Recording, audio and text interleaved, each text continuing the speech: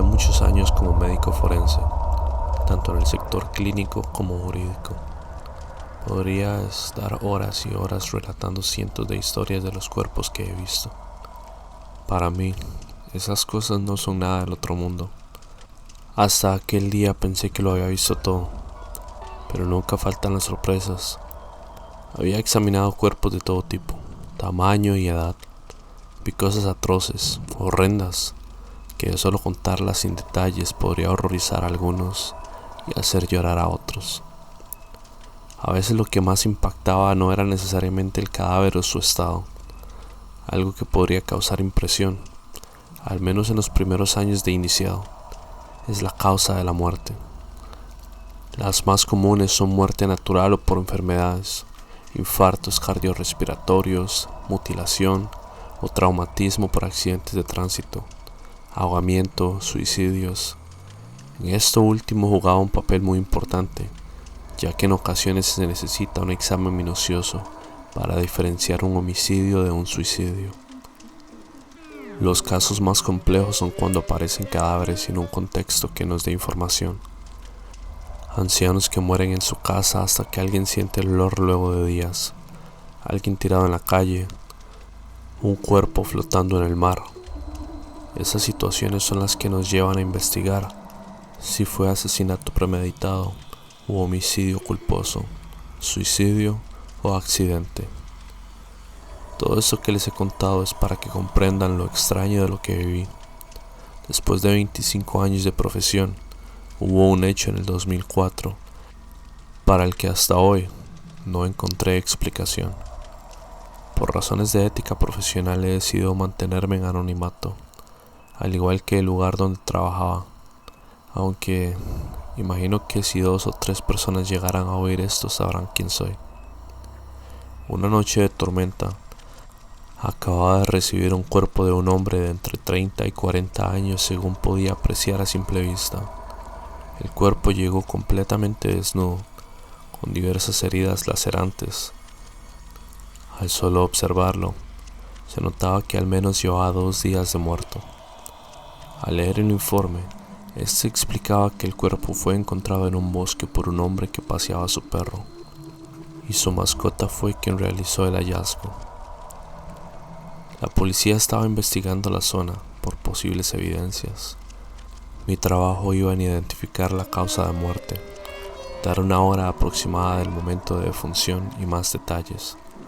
Así que puse manos a la obra. Por fortuna, los dedos del difunto estaban en condiciones para tomar sus huellas dactilares, así que su identificación no sería problema. Comencé ejecutando las primeras pruebas, y al proceder con el primer corte noté una forma de sangrado algo inusual. De la manera en que su sangre brotaba, deberían de haber pasado pocas horas de su muerte, y eso contradecía el estado de su piel y la hora en que lo encontraron. Al principio lo tomé como un desafío para un estudio especial. El hombre carecía de cabello o cualquier vello púbico. Si bien no era lo más común, existen personas que son lampiñas y comparten esta característica. Encontré varias heridas lacerantes con pequeños fragmentos de madera que indicaban posible rozamiento entre árboles. En el hombro había encontrado marcas de mordida, sin duda de una persona. Extraje el ADN de la zona a fin de identificar el agresor. En un momento percibo un ruido sobre la mesa. La mano del cadáver estaba temblando, algo que aterraría a cualquiera, pero era normal que un cadáver presentara movimientos post-mortem, en especial cuando sufre una muerte brutal. Lo extraño era que, de acuerdo al estado de su piel, llevaba 2 días de muerto como mencioné antes, pero los movimientos post-mortem suceden en las primeras 24 horas. Ya tenía 2 situaciones que contradecían con su piel, la sangre y el movimiento post-mortem. Estudié la posibilidad de que su piel sufriera antes de morir, pero para ello debería de realizar más estudios. Me dispuse a abrir su abdomen para examinar sus órganos, y ahí fue donde empezó todo. El cadáver no tenía ombligo. Mi mente se nubló de todo. Era la primera y única vez que presenciaba un abdomen sin ombligo. Claro que hubo casos donde en apariencia no había ombligo por operaciones quirúrgicas, pero esto era distinto. Al pasar mi mano sobre la zona era evidente que el ombligo nunca existió. Todo se volvía extraño. Después de 25 años de carrera me encontré con algo fuera de lo normal. En ese momento recordé algunas novelas de terror que había leído en el pasado, y la ausencia de un ombligo era debido a que el ser humano no nació de un parto, sino que era un clon o creado de forma artificial. Eran las 2 de la mañana. Aún así, creí que esta situación merecía ser vista por alguien más antes de continuar. Dejé el cuerpo sobre la mesa, me llevé los datos que tenía y llamé a un colega sin importar la hora. Al principio, se mostró furioso conmigo por la hora en la que lo llamé, pero cuando le conté la situación, estaba emocionado por verlo en persona. Al girarme noté un detalle. Recordaba que su rostro miraba hacia arriba, pero en ese momento miraba hacia un costado.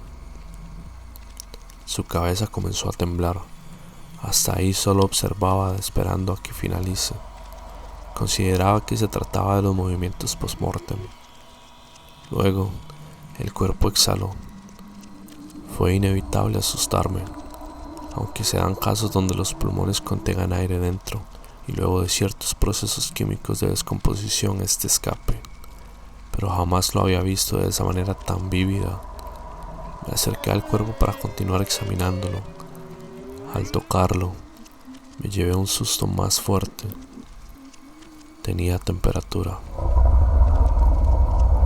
El cuerpo de un cadáver, luego de 2 horas, pierde su temperatura corporal normal, que es 36 a 37 grados, y pasa a temperatura ambiente, algo que al tacto se siente frío. Pero esto era extraño. Recordaba que estaba frío y en ese momento se encontraba tibio. Cierta sensación de alerta comenzó a gobernarme. El conjunto de acontecimientos que se estaban desarrollando mantenían mi mente ocupada buscando una explicación. Cuando me giré para buscar herramientas, escuché el cuerpo tumbarse en el suelo. Antes de acercarme a él, examiné la mesa con atención. Estaba en perfectas condiciones. Salí de la habitación por un momento. Ni siquiera me tomé la molestia de levantar el cadáver. Sentía miedo, aunque no lo quería demostrar. Entendía que un hombre de ciencia como yo no podía dejarse engañar por cosas como esas. No lo quería aceptar. Decidí esperar a mi colega. Entendía que entre dos sería mejor manejar esta situación. Luego de unos minutos él llegó. No paraba de hablar de un montón de hipótesis dados ciertos síndromes que había conocido y estudiado. Él se veía emocionado. Tenía vocación por su profesión. Mi colega no dejaba de expresar sus ideas hasta que tuve que sujetarlo con fuerza para que se callara. Cuando me miró con seriedad le expliqué de la temperatura del cadáver. Él me miró sorprendido. Me dijo que era imposible y eso yo ya lo sabía. Negó totalmente lo que le dije. Quería ver el cadáver. Antes de llegar le expliqué que el cadáver cayó por sí solo de la mesa, pero él contestó que seguramente lo choqué sin querer. Él se colocó su túnica y entramos a la sala. El cuerpo no estaba. Mi colega pensó que se trataba de una broma. Le mostré los datos recogidos y las herramientas que había dejado en uso. Donde había caído el cadáver había una pequeña línea de sangre. Mi colega me preguntó si estaba haciendo todo esto para jugarle una broma. Trataba de explicarle la situación. Le mostré la orden que recibí con el cuerpo y lo vimos a él, sentado en un rincón. Solté mi carpeta dado el espanto. Mi colega rió asegurando que era una broma, pero creo que algo en mi expresión le hizo entender que no. Él me hablaba y yo no lograba reaccionar. Se acercó hasta el cuerpo. Apenas tocó su rostro y se apartó al instante. Retiró la mano de él como quien ve a un animal que lo pudiera morder. No me dijo nada. Me pidió que saliéramos. Cuando estaba más calmado me dijo que al tacto sintió temperatura elevada, como si tuviera fiebre, pero peor aún, le sintió el pulso. Dijo que en el momento que sintió su vena palpitar, quitó la mano por reflejo y no se atrevió a verificar. Él me preguntaba si lo que decía era verdad, si no había algún truco en todo esto. Le juré por mi familia que no. Oímos la puerta de la sala de la morgue abrirse. Nos quedamos petrificados. Éramos las únicas 2 personas en el establecimiento. Con mucho sigilo nos acercamos a la sala de la morgue. El cuerpo no estaba por ninguna parte. Al revisar las cámaras de seguridad desde que comencé a trabajar con el cuerpo lo vimos todo. El cadáver había girado su cabeza durante el examen. Luego se volteó y cayó. Cuando lo dejé, este se arrastró por el suelo usando únicamente sus brazos. Antes de que entremos, había intentado levantarse, pero cayó sentado en el suelo en la posición en la que lo encontramos. No supimos más nada del cadáver. Tomamos capturas de las grabaciones y elevamos el informe a nuestros superiores. Al otro día los resultados de las huellas dactilares llegaron. No coincidían con la base de datos. En la teoría, nadie en el registro civil tenía esas huellas. Luego de eso, la policía nos acusaba de robar un cadáver. Pero nuestros superiores de alguna manera nos salvaron de la situación y todo quedó, entre comillas, aclarado.